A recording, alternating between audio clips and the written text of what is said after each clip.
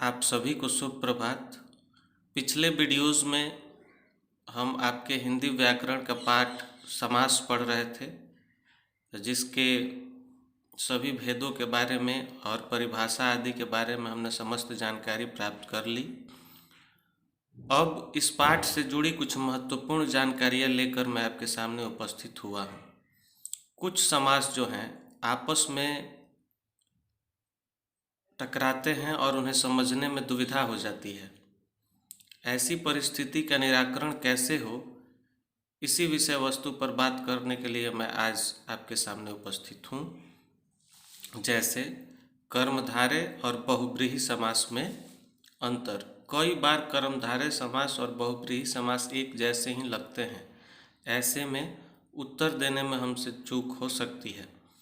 आज उस अंतर को समझाने के लिए ही मैं उपस्थित हूँ। जैसे दोनों समासों में अंतर समझने के लिए विग्रह के बाद उसके अर्थ पर ध्यान देना जरूरी है।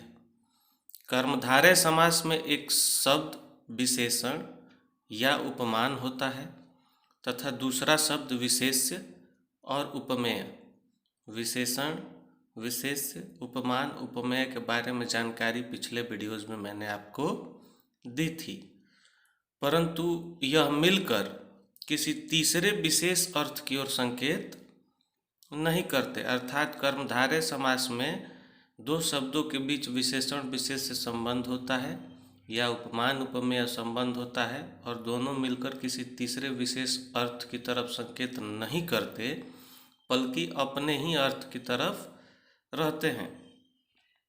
जबकि बहुव्रीहि समास में समस्त पद ही, यानी दोनों शब्द मिलकर जो पद बना है, शब्द बना है, वो समस्त पद ही किसी संज्ञा के विशेषण का कार्य करते हैं।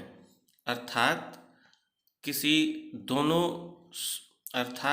दोनों शब्द मिलकर किसी तीसरे अर्थ की तरफ संकेत करते हैं। जैसे कुछ उदाहरण के माध्यम से मैं आपको बताऊंगा। जैसे नील गगन,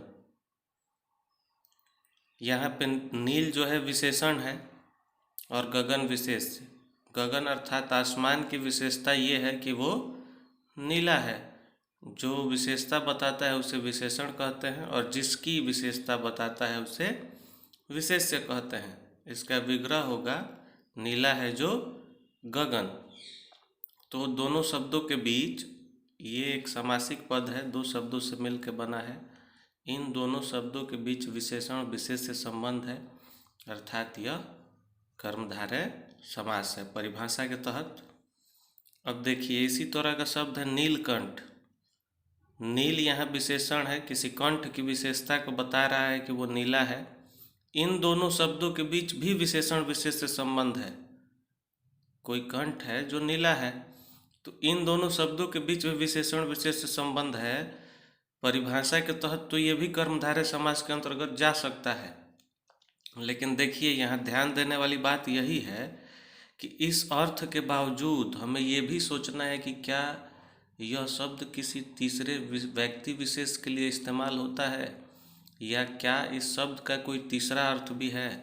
तो चलिए हम ये देखते हैं, नीलकंठ क्या किसी को कहते हैं, किसी विशेष व्यक्ति को? क्या यह शब्द किसी विशेष व्यक्ति की तरफ इशारा कर रहा है या विशेष वस्तु की तरफ? तो जी हाँ, नीला है जो कंठ या नीले कंठों वाला, विशेष अर्थ है इसका शंकर, यानी शिव जी को हम लोग नीलकंठ बोलते हैं। तो इन दोनों शब्दों के बीच भी विशेषण विशेष संबंध होने के बावजूद ये तीसरे अर्थ में भी इस्तेमाल होते हैं, इसलिए ये बहुव्रीहि समास हो जाएगा। मेरे कहने का संदर्भ आप समझ चुके होंगे कि दो शब्दों के बीच विशेषण विशेष से संबंध हो तो वो कर्मधारय समास है, लेकिन दो शब्दों के बीच विशेषण विशेष से संबंध होने के बावजूद या उपमान उपमेय संबंध होने के बावजूद उसका कोई तीसरा विशेष अर्थ निकलता हो तो वो बहुव्रीहि समास हो जाएगा। अब दूसरा है द्विगु और बहुव्रीहि में अंतर।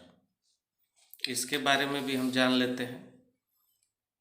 द्विगु समास का पहला पद संख्यावाचक विशेषण होता है। द्विगु समास का पहला पद संख्यावाचक विशेषण होता है, दूसरा पद विशेष्य यानी जिसकी विशेषता बताई जाती है, जबकि बहुब्रीहि में समस्त पद ही विशेषण का कार्य करता है। जैसे दशानन, इसका हम विग्रह कर लें, 10 आननों का समूह यानी 10 स्वरों का समूह। पहला अंक जो है, पहला शब्द जो है वो संख्यावाचक है 10 और समाहार को प्रस्तुत कर रहा है, तो द्विगु समास हो गया। जबकि यही शब्द का विग्रह 10 है आनंद जिसके यानी 10 स्वरों वाला, ये एक विशेष अर्थ में प्रयुक्त होता है। किसी को भी दशानन नहीं कह सकते, सिर्फ रावण के लिए ये शब्द प्रयोग होता है, इसलिए विशेष अर्थ में इसका प्रयोग है, तो यह बहुब्रीहि समास हो गया। उसी प्रकार चतुर्भुज, 4 भुजाओं का समूह, पहला शब्द संख्यावाचक विशेषण, द्विगु समास उत्तर हो गया। यही शब्द चतुर्भुज, 4 हो भुजाएं जिसकी, किसी विशेष व्यक्ति की तरफ इशारा कर रहा, विष्णु जी की तरफ, विष्णु बहुब्रीहि समास। अर्थात इसमें भी ध्यान देने वाली बात यह है कि जब कोई संख्यावाचक शब्द आए और समाहार को प्रस्तुत करे तो निश्चय ही परिभाषा के तहत उसका उत्तर द्विगु समास होगा, परंतु हमें ये भी सोच लेना है कि क्या यह किसी तीसरे अर्थ विशेष के रूप में प्रयोग हो रहा, अगर हाँ तो बहुब्रीहि समास उसका सही उत्तर होगा।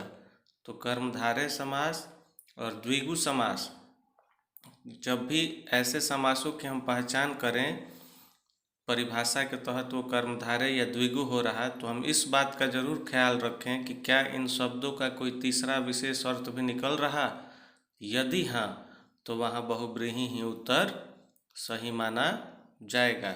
ये इस पाठ के आवश्यक चीज़ें थीं। अब यह पाठ पूरी तरह से आज समाप्त होता है। अगली कक्षा में इस पाठ से संबंधित परीक्षा लूँगा मैं आपकी, जिसमें आपके समक्ष में 15-20 शब्दों को दूंगा और इन सभी पाठों को पढ़ने के अनुसार आप उन शब्दों का विग्रह करके और सही उत्तर की पहचान करेंगे।